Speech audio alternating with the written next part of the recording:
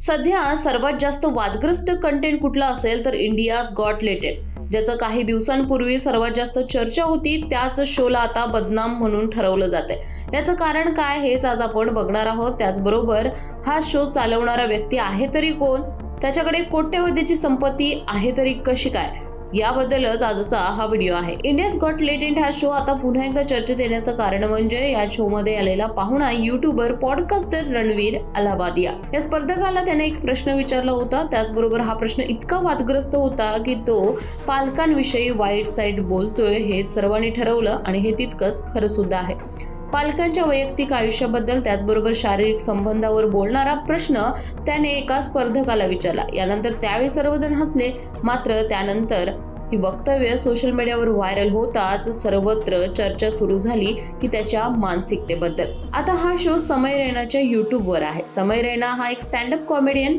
YouTuber, त्याचबरोबर बुद्धिबळ promoter सुद्धा आहे।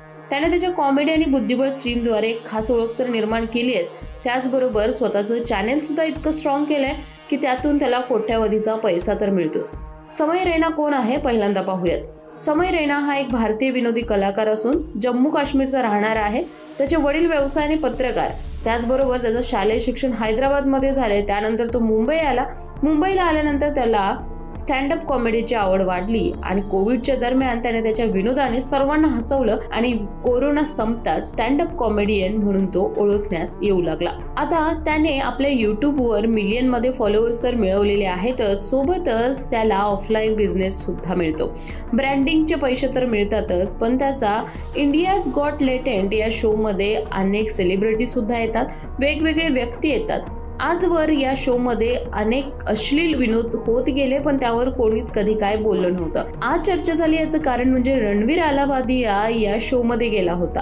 त्याचबरोबर त्यानं केलेले वक्तव्य हे त्याच्या आतापर्यंतच्या करिअरला अजिबात शोभणारं नव्हतं आणि म्हणूनच पुन्हा एकदा चर्चा झाली, तो म्हणजे या शोला बदनाम ठरवण्याची, सोबतच विकृत मानसिकतेची। त्याचबरोबर समय रैनाची कमाई जर आपण बघितली तर तो दरमहा सुमारे 1.5 कोटी रुपये कमवतो। कमाई प्रामुख्याने यूट्यूब चॅनेलवर तर आहेच, सोबतच त्यावर येणाऱ्या जाहिराती, सबस्क्रायबर्सचा समावेश आणि सोबतच त्याचे शोज लंडन, अमेरिका, वेगवेगळ्या परदेशात वेगवेगळ्या ठिकाणी तो शो करतो। शोला सुद्धा भरपूर गर्दी असते, ब्रँड प्रमोशनल कंटेंट असतो, ब्रँड एंडोर्समेंट असते आणि हेच त्याचं उत्पन्नाचं स्रोत आहे।